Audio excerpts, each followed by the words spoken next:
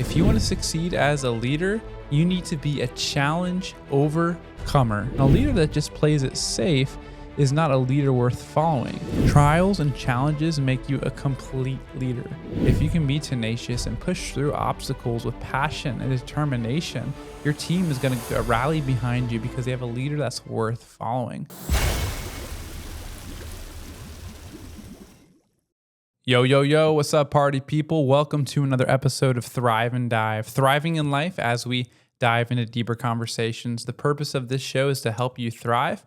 And one of the ways that you can thrive is by developing your leadership skills. And that is why I drop an episode every Monday on leadership development, because this is one of the ways you can thrive. And we are on lesson 7 from the book, The Truth About Leadership. And the 7th lesson is this: challenge is the crucible for greatness. What does that mean? If you want to succeed as a leader, you need to be a challenge overcomer. Shout out to the song Overcomer by Mandisa, the late Mandisa. And if you know the song, you know it. If you don't, look it up. It's a great Christian song on how to overcome, and it was definitely overplayed on the radio station I grew up listening to. But nonetheless, it was a good song. And this book, in Truth 7 specifically, talks about how if a leader wants to be great, they've got to be a problem solver. They've got to be able to overcome challenges. So if you are a leader or wanting to be a leader, how good are you when things get a little rough, when the heat starts to turn on a bit? Are you cool and collective and stress-free, or do you go into a panicked frenzy and get everybody chaotic? So how you respond to challenge is super important. And in this book, it talks about how the leaders that we remember in history and the leaders that have impacted you the most are most known for the challenge that they overcame, right? If you're a leader that never experienced a significant setback or challenge, then at that point, we might wonder if you're courageous enough to pursue a challenge or whether you just play it safe. And a leader that just plays it safe is not a leader worth following. We want to follow leaders that can, slay the dragons, right? That can defeat the lions in life. And challenges are those lions. Challenges are those dragons. So for you, you've got to take inventory on how well you handle challenges. Again, are you someone that starts to worry and stress as soon as something difficult happens? Are you one to quit and give up when the going gets tough? Are you want to lash out on other people when things aren't going well? These are all negative responses to challenges. Instead, you need to have positive responses to challenges. And the first thing I want to look into as we talk about challenges, the crucible for greatness, is that the Bible talks quite a bit on how challenges are essential to growing you as a person. Specifically, my favorite section of scripture that talks about this topic is in the book of James. Specifically in chapter 1, he says this: "Count it all joy, my brothers, when you meet trials of various kinds, for you know that the testing of your faith produces steadfastness. And let steadfastness have its full effect, that you may be perfect and complete, lacking nothing." Trials and challenges make you a complete leader. If you do not have a resume of challenges that you have overcome, then we might challenge the effectiveness of your leadership. So for me, speaking personally, I remember my first job straight out of college. Again, I was a high school Bible teacher and chaplain at a Christian school. And one of the challenges I faced as the chaplain is that the chapel service that happens every Friday morning has been known to put people to sleep. Students couldn't care less about the service. There was no engagement. It was just, we did chapel because that's what we do as a Christian school.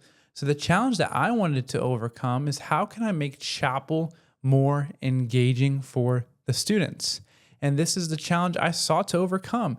And I think I did it during my 4 years at this job. And the way I did that was to increase student engagement by increasing student leadership. I developed 3 teams. One team was already established, but I developed 2 in addition to that.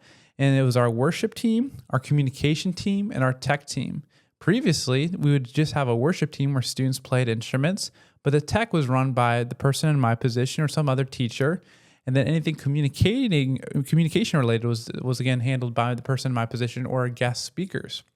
So for me, I wanted teams of students that were engaged in the production of the chapel service, from the planning to the conception of the chapel service. So these 3 teams had say on what we did in chapel. Specifically, my productions communications team would plan out who would speak in chapel, what topics would be spoken on, what are things that are relevant to the students.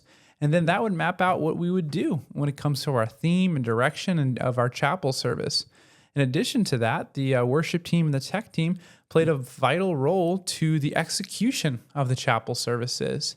And with students being involved in the chapel services, other students saw their involvement and were then more inspired to be engaged in the chapel service. Again, if it's just the teachers and the leaders doing all the leading, the students are just going to sit back and be complacent. But when they see their peers jumping in, taking leadership, I think it inspires them a little more because they get to see that they have potential as well to lead. So that's what I did in my first job. I saw a challenge.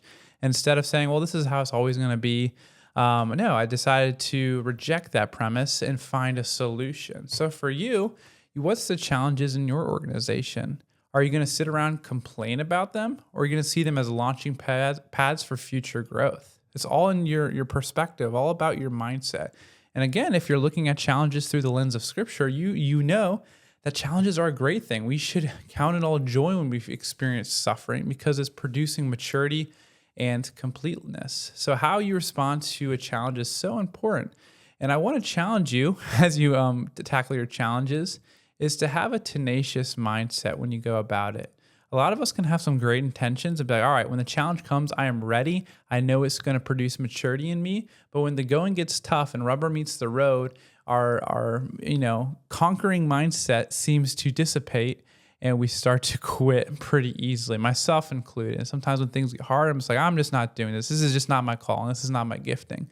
But that's when the Lord, I think, wants us to be tenacious, to develop what's called tenacity, or other people use the word grit. And this is, I'm going to push through even when the cards are stacked against me. I'm going to push through even when there's walls in my way between me and my goal. And this grit is what's going to separate you from the rest of the leaders out there. If you can be tenacious and push through obstacles with passion and determination, your team is going to rally behind you because they have a leader that's worth following. So for you in your season, when you're tempted to be lazy and to quit, remember the grit, remember the tenacity. Another good scripture, I forget the reference, is that he who started a good work in you is going to see it through. So God, if you're a person of faith, has called you to good works that he prepared in advance for you to do. And he's going to help you see it through, even when it's hard, even when it's challenging. So when you are tempted to give up, remember those scriptures. Do not become weary in doing good. Remember that God is going to be on your side. He is your helper in your time of need. And you can push through those challenges. And like the lesson says, challenge is the crucible for greatness. So once you're able to do that, you can give God glory for your success. You can give your team glory for their success.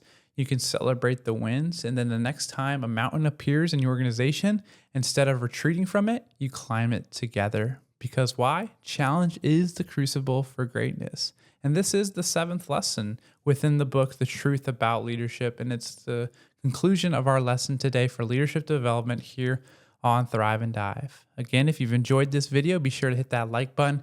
If you've not subscribed to our channel, be sure to do so and give us a follow on Spotify. We'd greatly appreciate it because this is Thrive and Dive, thriving in life as we dive into deeper conversations. Have a great rest of your day.